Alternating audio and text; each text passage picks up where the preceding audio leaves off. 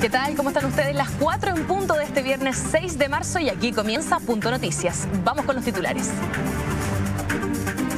Durante la mañana de hoy se comunicó el 5º caso de coronavirus en nuestro país, por lo que es necesario esclarecer todos los mitos de contagio y prevención que rodean esta enfermedad. Hoy conversaremos en profundidad cómo realmente afrontar el virus ahora que hay. Y un grupo de parlamentarios de oposición presentaron un proyecto que busca prohibir el uso de animales como elementos disuasivos en protestas. ¿Qué consecuencias puede tener para los animales enfrentarse a estos escenarios? Lo veremos a continuación en Punto Noticias. Pero vamos rápidamente a las informaciones policiales. Para comenzar, hubo carreras clandestinas en Vitacura que perturbaron la seguridad de los vecinos. Estas peligrosas carreras no autorizadas de automóviles fueron denunciadas durante la noche del jueves y la madrugada de este viernes a la altura del kilómetro 2 de la Costanera Norte en Vitacura, las que obligaron al personal de la autopista a cortar temporalmente el tránsito. Los piques se centraron frente a un servicentro Copec de San Francisco en dirección al poniente, con arriesgadas maniobras y a metros de los centenares de observadores que se congregaron a un costado de la ruta, en su mayoría jóvenes y sin ninguna medida de seguridad. Ahí se puede ver en las imágenes quienes estaban presenciando estas carreras. Si bien las carreras ilegales son frecuentes en el sector, especialmente los días jueves, no había registro de una convocatoria como la de esta última noche. Al lugar llegó Carabineros, donde cursó infracciones y dejó la constancia en el Ministerio Público sobre estos hechos. De acuerdo con la información dada desde la autoridad, las carreras serían organizadas por Hernán Calderón Argandoña, hijo de la conocida, evidentemente, comunicadora Raquel Argandoña y Hernán Calderón. Y lamentablemente hay también una información respecto de un peatón atropellado por un vehículo de Carabineros. Este hombre murió atropellado por un vehículo de esta institución en la comuna de Loprado. Según información preliminar entregada por testigos, el radio patrulla circulaba a alta velocidad y aparentemente hacia un procedimiento policial por avenida San Pablo en dirección al poniente. A metros de llegar a la intersección con avenida Las Torres, el móvil policial arrolló a un peatón que cruzaba por la calzada. Por lo violento del impacto, desgraciadamente falleció en el lugar, pese a los intentos de ayuda dados por algunas personas que se encontraban en el sector. El fiscal de la Fiscalía Centro Norte, Felipe Olivares, señaló que la víctima de 20 años cruzó la calzada en un paso no habilitado, pero que se indaga el presunto exceso de velocidad. Carabineros agregó que aún no hay claridad si el radio patrulla circulaba con sus elementos visuales y sonoros para alertar su presencia, por lo que se está a la espera de la revisión de las cámaras de seguridad de locales comerciales del sector. Y un reo se fugó de la cárcel de Valparaíso. Se trata de Felipe León, un reo condenado por robo en lugar no habitado y que se fugó de la cárcel de Valparaíso suplantando a su compañero de celda. Esta situación abrió un sumario al interior de Gendarmería y además puso en marcha todo el despliegue de Carabineros para dar con su paradero. El director regional de Gendarmería, coronel Alejandro Troncoso, afirmó que se dieron cuenta de la fuga cuando el interno que debía salir en libertad se presentó ante los efectivos preguntando por su situación. Consultado también sobre si habría existido cooperación entre los propios internos para generar la fuga, Troncoso sostuvo que reconoce el interno que debía irse en libertad es haber ingerido pastillas para dormir, pero eso es parte de la investigación para saber si tenía algún tipo de tratamiento. Además informó que este interno fue puesto en libertad. Finalmente, el general Hugo Centeno informó que para dar con el fugado tenemos nuestro servicio directamente con todas las instituciones, especialmente Gendarmería. Hay un sumario que la institución ha dispuesto, mientras que nuestros equipos están trabajando y si tienen éxito lo pondrán a disposición. Y saltamos rápidamente al tema que ha explotado completamente durante esta semana. Se trata del coronavirus, este peligroso enfermedad, o al menos aparentemente peligrosa enfermedad que está dando la vuelta al mundo y que ya llegó a nuestro país. Esta mañana el MinSal confirmó el 5º caso de coronavirus en nuestro país, en Chile. Se trata de un hombre de 58 años, familiar del tercer caso reportado en el país el 4 de marzo pasado. Ambos realizaron el mismo viaje, donde uno de los destinos fue el norte de Italia. Recordemos que en Italia hay más de 200 personas fallecidas producto de este virus y que ya se han cancelado varios varios conciertos y varios, por ejemplo, eventos deportivos y masivos. La persona se encontraba bajo vigilancia epidemiológica y ayer presentó sintomatología asociada a un cuadro respiratorio leve, razón por la cual consultó en un centro de salud privado de la región metropolitana, donde se aplicó el protocolo de atención antes del viaje. Como ya sabemos, este es el quinto caso de coronavirus que se confirma en nuestro país. Hay en varias regiones, no solamente en la región metropolitana, sino también en la región del Maule. Y para conversar acerca de los mitos que están dando vuelta respecto del contagio de esta enfermedad, tenemos al teléfono al doctor Rodrigo Blamey, infectólogo de la Clínica Las Condes. Doctor, ¿cómo está? Muy buenas tardes. Hola, muy buenas tardes. Muchas gracias por estar con nosotros y para conversar acerca de, como decíamos, los mitos que hay alrededor de esta enfermedad. Primero, doctor, puntualizar qué tan grave o qué tan contagiosa es esta enfermedad. Sí, eso es muy importante. Yo creo que hay que hacer un llamado a la calma a la población. Afortunadamente, la inmensa mayoría de los casos de pacientes infectados con este nuevo coronavirus tiene una evolución leve o moderada. La mayor parte de los casos se maneja en forma ambulatoria. Estamos hablando del 80-85% de los casos.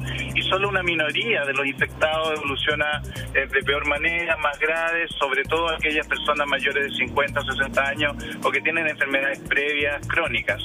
En relación a la segunda parte de la pregunta, la contagiosidad de este nuevo coronavirus es bastante alta y eso es lo que ha hecho que se haya propagado por tantos países y eso es lo que tiene obviamente a todo el mundo preocupado para la contención de la diseminación. Doctor, ¿cuáles son las enfermedades previas que pueden digamos, aumentar el riesgo de una persona de contraer sintomatología, digamos, más grave de este virus? Sí, son enfermedades que o debilitan el sistema inmunológico, como por ejemplo pacientes con cáncer o con diabetes mellitus, o enfermedades que afectan las defensas a nivel de los pulmones, y son ahí fundamentalmente las enfermedades cardiovasculares crónicas, enfermedades pulmonares crónicas o neurológicas crónicas. Doctor, a ver si podemos entrar un poco a los mitos de este virus. Primero, ¿qué se sabe hasta ahora de la manera en que se contagia esta enfermedad? Bueno, este es un virus respiratorio, como todos los coronavirus. La particularidad es que este nuevo coronavirus no existía entre los humanos, era un virus que se transmitía entre animales y pasó al ser humano ahora por primera vez. Y la verdad es que se contagia fundamentalmente por gotitas respiratorias, ya sea saliva, sudar o al toser, o cuando estas gotitas quedan en las manos, por ejemplo, y le damos la mano a otra persona, también vamos a contagiarlo por medio del contacto directo. Esos son los dos mecanismos fundamentales.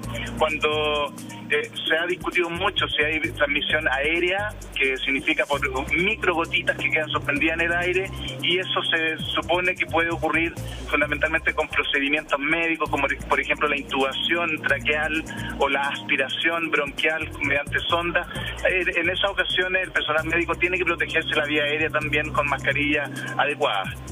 Justamente hablando de las mascarillas, ¿en algún momento hubo una escasez de mascarillas pensando que esto era un medio para poder no contagiarse, digamos, que las personas que no tenían ningún tipo de síntoma podían evitar tener la enfermedad gracias a estas mascarillas? ¿Eso es efectivo, doctor? Sí y no.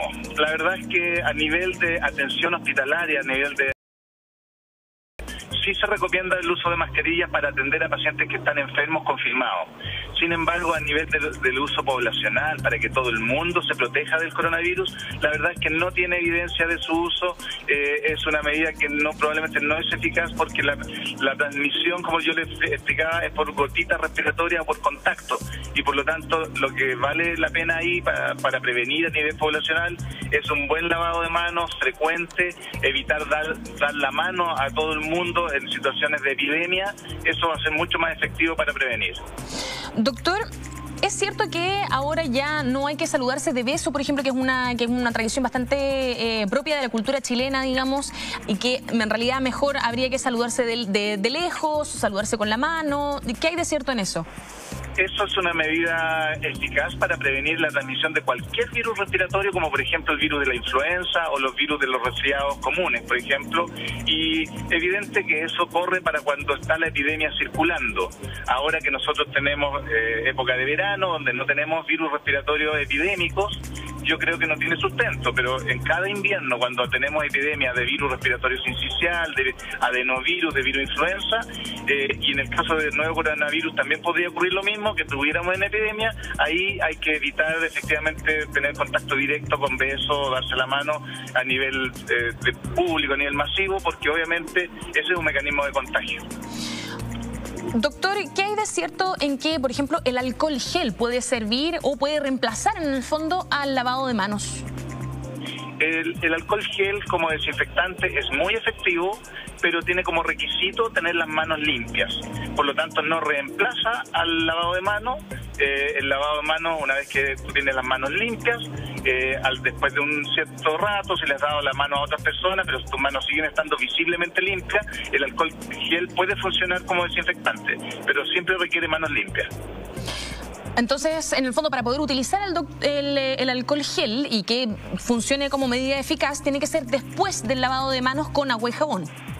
Así es, el lavado de manos con agua y jabón es lo más eficaz y claro, si una persona no tiene a disposición el lavado de manos, pero ya se las lavó en un primer momento, como podría ser un conductor de automóvil que está varias horas circulando, bueno, inicialmente se debe lavar las manos y después de unas horas, si es que le dio la mano a alguien, después de tocar superficie, puede usar alcohol gel con las manos limpias y eso va a funcionar como desinfección.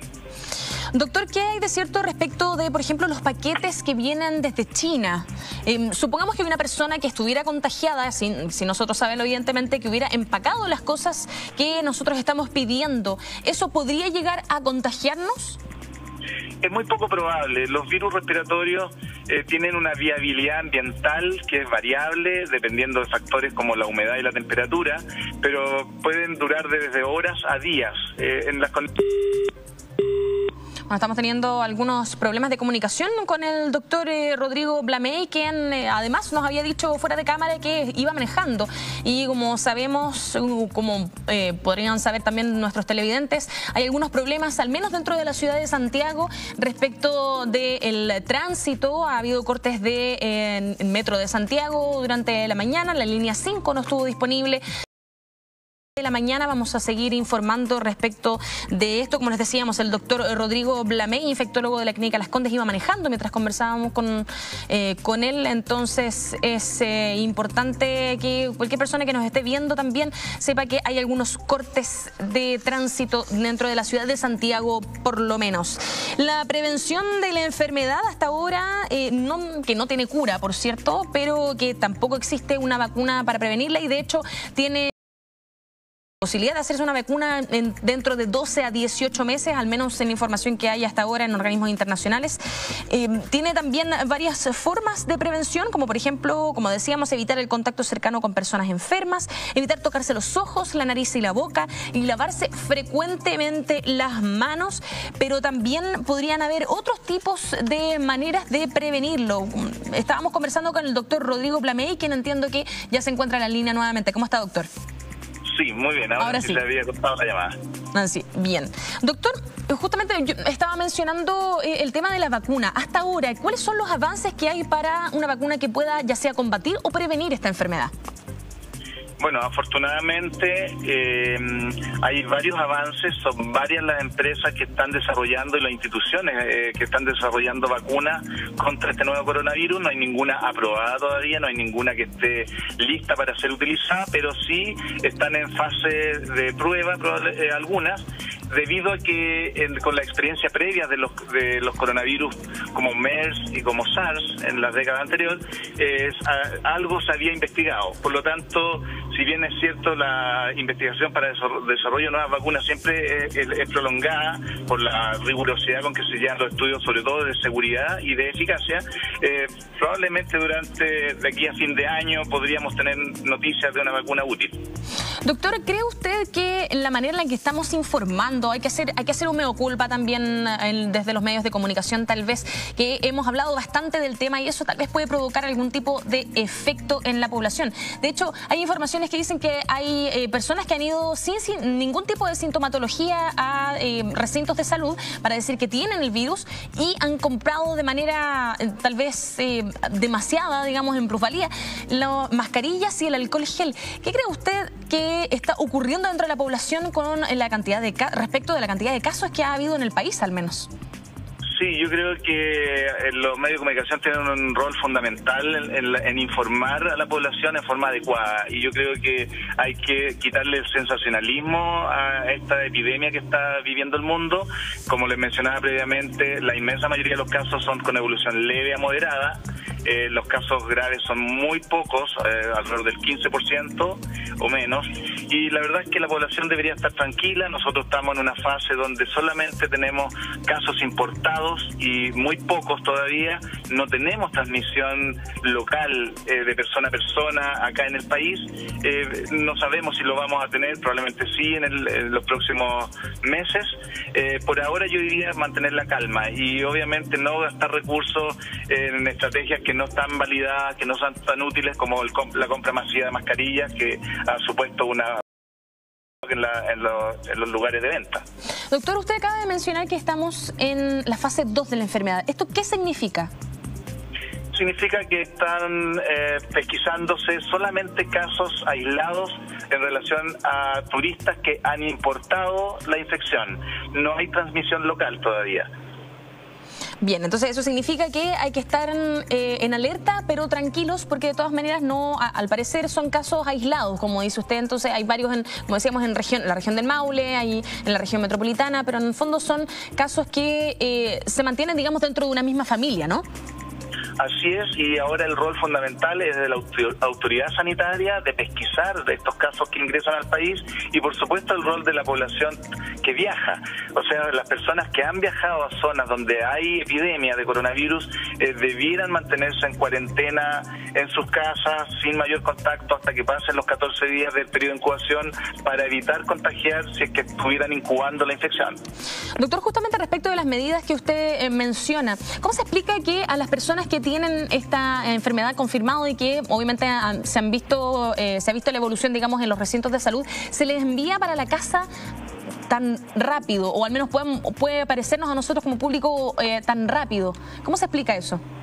Sí, porque la verdad es que el requisito de mantener hospitalizado a una persona probablemente la gravedad clínica de la enfermedad, y como yo le mencionaba, la mayor parte de los pacientes infectados tienen una evolución leve, por lo tanto podrían estar perfectamente fuera de una institución de salud. El punto importante ahí es que cumplen el aislamiento adecuado para que no contagien a otras personas en sus domicilios. Entonces, evidentemente hay que pensar que en realidad no es una decisión apresurada, sino que se trata del procedimiento o en el fondo el protocolo que debería tomarse en estas circunstancias. Así es. Le digo es evitar que estos casos que son importados, que son pocos, diseminen la infección a otras personas acá en el territorio nacional, y para eso las medidas de aislamiento, la cuarentena son fundamentales. Doctor, ayer hablábamos con el alcalde de Gualañé, que había decidido suspender el inicio de clases temporalmente, o en realidad retrasarlo de al menos un día, con el fin en el fondo de evitar el posible contagio. Sin embargo, él nos decía que le parecía preocupante el hecho de que en Santiago el Ministerio de Salud haya seguido este caso el primer caso de coronavirus en el fondo confirmado y que estuvo en el hospital de Talca, pero que no haya avisado, por ejemplo, a las comunas aledañas. ¿Cómo funciona generalmente el procedimiento de comunicación desde el Ministerio de Salud hacia, por ejemplo, los recintos de salud o hacia las autoridades comunales? Bueno, ahí el protocolo ministerial es bien claro, son las Ceremis regionales de salud las encargadas de hacer la coordinación de la vigilancia epidemiológica y el manejo ambulatorio de los casos, y la verdad es que la restricción del movimiento de la población o de eventos de aglomeración masiva no es una estrategia que tenga utilidad en esta fase de la epidemia que usted mencionaba en la fase 2, porque no hay circulación comunitaria del virus. Por lo tanto, la verdad es que son las Ceremi la indicada y la que tienen la autoridad de hacer este tipo de restricciones, y obviamente ellos son los que deben tomar contacto con las municipalidades, con las instituciones educacionales, y los alcaldes en este caso deberían consultar siempre a su Ceremi o al Ministerio de Salud antes de tomar decisiones de este tipo. Doctor, por último, ¿algún tipo de llamado que usted quiera hacerle a quienes nos escuchan a esta hora respecto del COVID-19? Volver a reiterar el llamado a la calma. Es una enfermedad que en su inmensa mayoría de los casos tiene una evolución leve. Los casos de mayor gravedad se asocian a ciertos factores de riesgo, y en nuestro país en este momento solo tenemos casos puntuales importados, y que si se monitorizan bien y se pesquisan a tiempo, es poco probable que tengamos brote durante este mes, por ejemplo, apoyados y ayudados por el factor climatológico que obviamente influye. Con tanto calor es más difícil la transmisión de persona a persona. Doctor Rodrigo Blamey, infectólogo de la Clínica Las Condes, muchísimas gracias por haber conversado con nosotros esta tarde. Gracias a ustedes, buenas tardes. Y cuando son las 4:21, nosotros vamos a un breve corte comercial y ya volvemos. 4:23, y a esta hora queremos informarle a nuestros televidentes que residen en la ciudad de Santiago que a esta hora hay varias interrupciones del metro. Vamos a pasar a revisar la información que entrega la misma institución dentro de su cuenta de Twitter. Dice que la estación Tobalaba en la línea 1, la línea 4 se encuentra cerrada y con detención de trenes, sin detención de trenes por manifestaciones al interior de la estación. La combinación se encuentra suspendida.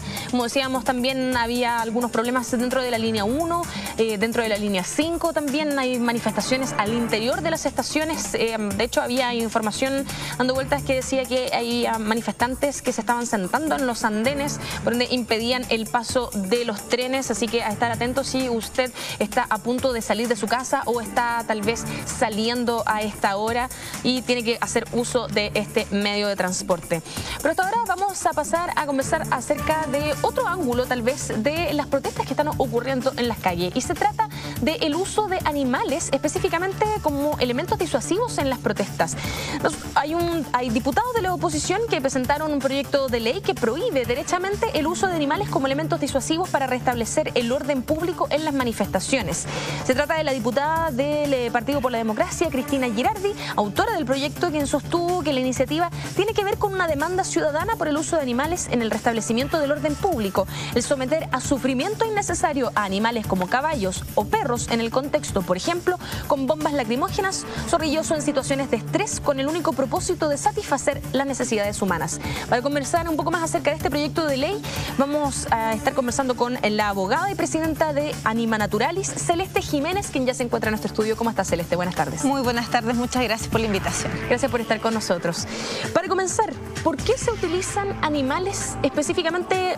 Aquí lo llaman como elementos disuasivos. ¿Es realmente así, como elementos disuasivos?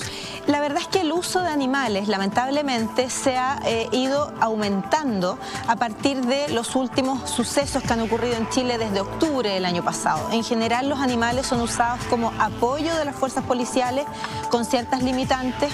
Carabineros tiene un aras en que crían caballos para estos objetos, pero la verdad es que hasta recién este último tiempo no habíamos visto un uso tan extremo y un trato tan violento hacia los animales. Se les expone, por ejemplo, a gases lacrimógenos. Celeste, anterior al estallido social, ¿de qué manera eran utilizados, digamos, estos? Los animales, entendemos, estaban utilizados, por ejemplo, para patrullaje de montaña, para prevenir desórdenes en algunos espectáculos públicos masivos, para que los carabineros se transporten con mayor facilidad, pero no habíamos visto anteriormente que un caballo se enfrentara directamente contra manifestantes y además se le hiciera aspirar bombas lacrimógenas o recibir perdigones. Eso es lo que ha motivado esta presentación, incluso un proyecto de ley. Vamos por partes entonces. Por ejemplo, a los caballos que están apoyando, digamos, la labor de carabineros.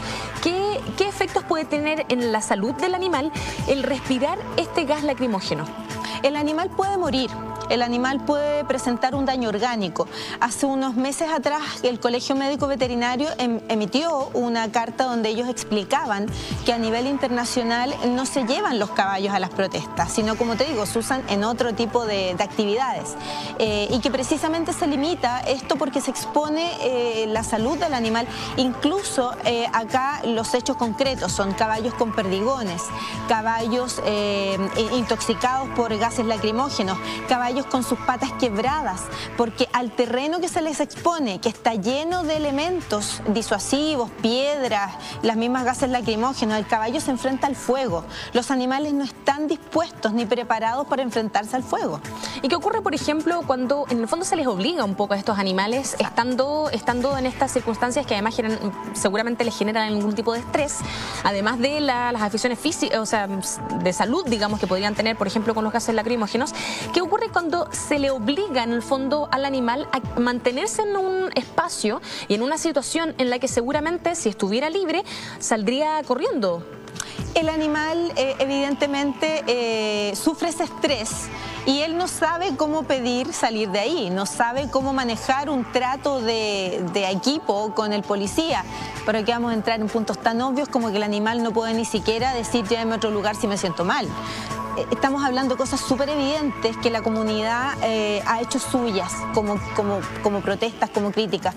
Hemos visto funcionarios golpeando caballos para que el caballo no se quiera arrancar, digamos. Los caballos que están ahí están utilizando además una serie de elementos físicos que no son naturales a su, digamos, a su costumbre físicamente, y además el caballo lleva en sí un peso importante del funcionario y otros elementos, como ves, los caballos con unas anteojeras que no vemos ni siquiera en la hípica. O sea, pensemos en que esto es absolutamente antinatura para un caballo ser sometido a ese tipo de condiciones.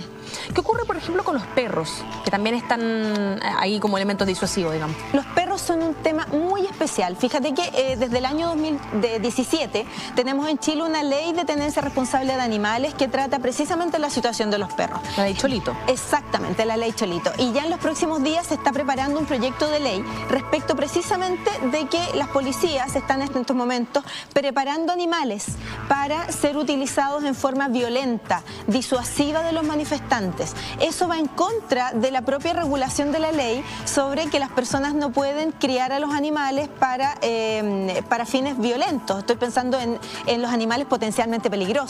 En este caso, las policías estarían incurriendo en una ilegalidad al generar una situación absolutamente irregular. Celeste, pero ¿de qué manera se está entrenando a estos animales para utilizarlos como...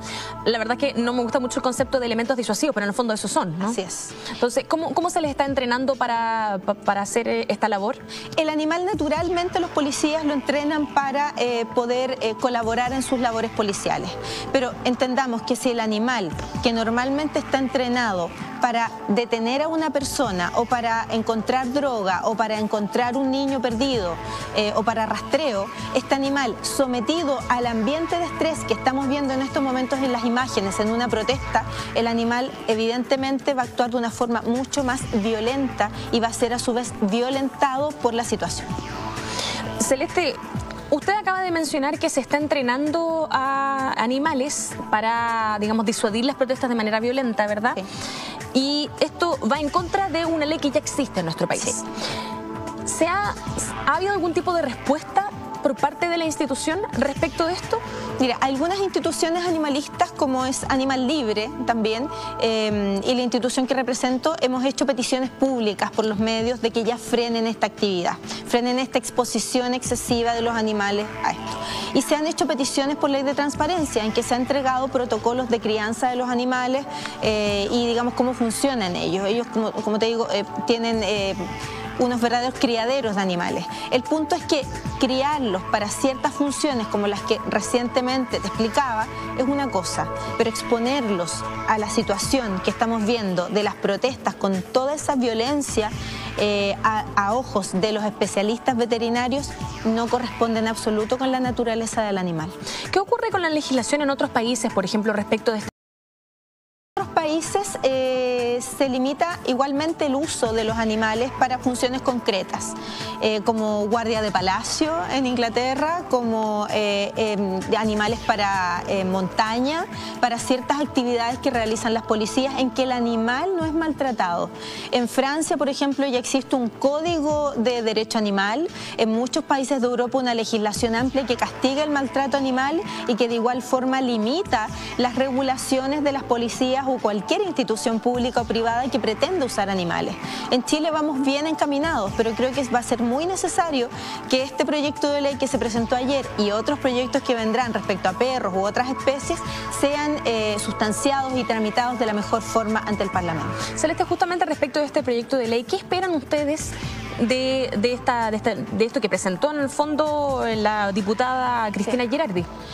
Nosotros esperamos que se instale en una comisión de la Cámara de Diputados, como es la Comisión de Medio Ambiente u otra de las comisiones en que haya recaído la tramitación del proyecto, se instale una discusión en que Carabineros como institución tenga que dar cuenta de lo que está haciendo con los animales y cuáles son los límites que ellos se han impuesto y están o no cumpliendo. Primero es la pregunta de qué está ocurriendo y luego es qué podemos hacer para que esto no siga ocurriendo. Y si es necesario que efectivamente llegue a ser ley lo que se ha presentado en que se prohíba directamente las Fuerzas Armadas, será ley. Celeste, ¿cree usted que falta fiscalización en este punto? Absolutamente, absolutamente, porque creo que hay extremos que los hemos visto precisamente todos los ciudadanos en las noticias, las que ustedes mismos transmiten, y también, además hay muchos videos por personas que en la vía pública ven cómo son tratados los caballos y falta que se sancione a quien cometiere maltrato animal, que es un delito en Chile, que está sancionado desde el año 89. Aquí hemos visto casos concretos de maltrato animal por funcionarios de Carabineros hacia los caballos que les han puesto a cargo. Hemos visto maltrato a otros animales también que se encuentran en la vía pública. Y son casos en que, por ser delito de acción penal pública, debiera conocer la Fiscalía basado en el solo video, en la sola exposición del caso, y lamentablemente no ocurre. ¿Pero quiénes deberían ser los responsables de esta fiscalización, considerando que estamos aquí hablando de una institución que de por sí tal vez serían ellos los que deberían fiscalizar? Si son ellos mismos los que cometen la falta, ¿quiénes son los que deberían estar fiscalizando a los que fiscalizan en el fondo? Fíjate que es una muy buena pregunta, porque resulta que el delito de maltrato animal, en este caso, creo, debiera sancionarse por vía de incumplimiento administrativo de los propios márgenes que ellos han impuesto para el trato y el uso de los animales, primero. Y segundo, debiera ellos mismos generar la denuncia para que se investigue como un hecho delictual. Si se trata de perros, como una acción de tenencia irresponsable de un animal, porque están incumpliendo las normas que te decía sobre animales de razas potencialmente peligrosas al asusarlos.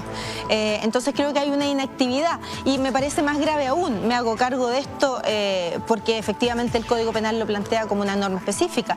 Son delitos de acción penal pública, de que todo funcionario público que tome conciencia, que tome contacto, conciencia y conocimiento de un delito de acción penal pública debe denunciarlo porque es su obligación. Entonces ahí hay un vacío de la actividad de Carabineros de denunciar a aquellos funcionarios que ellos mismos ven que no solamente debieran ser sancionados por vía administrativa, sino que además en forma penal por el maltrato a los animales. ¿Pero qué canales existen para los ciudadanos, por ejemplo, que son testigos de esto todos los días para poder denunciar estas malas prácticas? El canal ciudadano precisamente es la Fiscalía competente de la zona en que ustedes ven que ocurre el hecho de maltrato animal, la Policía de Investigación, que también está facultada para investigar, precisamente los funcionarios de Videma, que es la Brigada Investigadora de Delitos del Medio Ambiente y que es especializada en maltrato animal, y los mismos Carabineros. Por lo que te decía, si ellos ven que hay maltrato animal, debieran comenzar por denunciarlo y promover que se investiguen estos hechos. Supongamos que se hiciera esta denuncia, se investigara y efectivamente estuviéramos frente a casos de maltrato animal. ¿Cuáles son las sanciones? Las sanciones van desde los 61 días a los 3 años de prisión y o una multa de 2 a 30 unidades tributarias mensuales dependiendo del daño que pueda sufrir el animal. Y si el animal resulta con una lesión grave o muere, tenemos ahí la inhabilidad absoluta perpetua de volver a utilizar o detener animales. La sanción es bastante alta. ¿Qué ocurre si un ciudadano, por ejemplo, llega a denunciar a la Policía de Investigaciones? ¿Qué tiene que llevar, además de su propio testimonio, tal vez, para hacer esta denuncia efectiva? Sería ideal que lleven un video sería ideal que lleven algún tipo de posible identificación del funcionario, la hora y el día. Esto es un dato muy importante, la hora, el día y el lugar en que ocurre el hecho, porque los funcionarios son destinados por espacios físicos precisos, ellos son destinados a una función. Los caballos tienen un número, los funcionarios tienen un nombre, las unidades, los carros policiales también tienen número, y eso puede servir para identificar al funcionario. Hago el símil con los casos de los incendios del metro. Si nosotros llevamos un video y ese video es analizado de la misma forma que se analizan esos videos, ¿se puede llegar a identificar a un funcionario? Sí, la verdad esto depende de la disposición a la investigación de un delito más que existe en la ley chilena y en el que creo que todos los ciudadanos queremos justicia. Celeste, antes de terminar, quisiera referirme a un tema que no necesariamente tiene que ver con los animales como elementos disuasivos en las protestas, sino que tiene que ver con que la Comisión del Medio Ambiente ayer rechazó el proyecto para considerar el rodeo como maltrato animal. ¿Qué le parece a usted esto? Estuvo exponiendo en la comisión precisamente respecto a que el rodeo, en mi opinión, como penalista, es una forma de comisión de un delito. El rodeo lamentablemente no solamente consiste en la preparación del animal, sino que en lo que ocurre en la media luna, que a ojos de cualquier ciudadano no tiene justificación. Lamentablemente en la Comisión de Recursos Naturales hay una mayoría de diputados que corresponden a zonas naturalmente corraleras, de personas que apoyan el rodeo. Ellos tienen que ser fieles a su gente y lo que hicieron es votar de acuerdo a quienes son sus electores. En mi opinión, lo que falta es, primero, entender que hay un Chile rural, que es el que principalmente se dedica al rodeo, al que tenemos que llegar con la educación en contra del maltrato de los animales. Y además ser valientes aquellos que somos animalistas y aquellos ciudadanos que ven el maltrato, en denunciarlo, perseguirlo y sancionarlo en todas sus formas. Celeste, pero usted acaba de precisar un punto que seguramente tiene que ver con la votación de los legisladores que tuvieron que votar respecto de esto, ¿no es cierto? Y que es el hecho de que hay muchas personas que su sustento es justamente el rodeo. Entonces, ¿qué se le responde a estas personas? Mira, hay muchas formas de sustentarse, ¿ya? Aquí no quiero entrar en temas de política económica, ¿ya? Pero sí en que el rodeo es una actividad que lamentablemente se normaliza el maltrato, ¿ya? Hay muchas formas de divertirse, de generar negocios en el campo, de vivir, de poder generar otras actividades de diversión, y por eso voy a la necesidad de intervenir las zonas rurales con una mejor educación, en evitar el maltrato de los animales, en compartir otros deportes, en llevar adelante otras nuevas tradiciones que no involucren necesariamente el sufrimiento de seres que no pueden defenderse. Justamente a este respecto, ¿cuál es la importancia de legislar respecto del derecho animal en nuestro país? La importancia de legislar respecto al derecho animal es la importancia de conocernos mejor como personas y conectarnos mejor con los otros que también están sufriendo. Cuando yo propongo una legislación que castigue el maltrato animal, estoy pensando en la salud animal y vegetal que está descrita en el Código Penal chileno. Estoy pensando en el sufrimiento y en la conciencia de los animales que está declarada en Cambridge hace ya muchos años atrás. Estoy pensando en una serie de conceptos científicos que avalan lo que estamos pidiendo. Y estoy pensando en otro elemento del bien jurídico protegido del maltrato animal, que tiene que ver con la política pública de creación de mejores personas, con mejores sentimientos y un mejor trato entre nosotros mismos. El maltrato animal se vincula mucho con el maltrato entre las personas, y en los países más evolucionados en que se castiga duramente, eso han sido las principales razones. Como les mencionaba, en Europa ya los animales no son muebles, en Europa hay un duro castigo del maltrato animal, y en Chile, bueno, estamos en un camino en que esperamos que continuemos avanzando. En la eventualidad de que se redactara una nueva constitución, Celeste, ¿qué cree usted que debería decir respecto del derecho animal? Primero, reconocer que los animales son seres sintientes, que tienen el derecho a no padecer, a no sufrir, a no ser violentados de manera alguna, que son parte de un concepto que es muy rico, que me enseñó mi mentor, don Godofredo Stützin, hace muchísimos años, el primer gran abogado animalista en Chile, quien hablaba de los derechos del mundo vivo.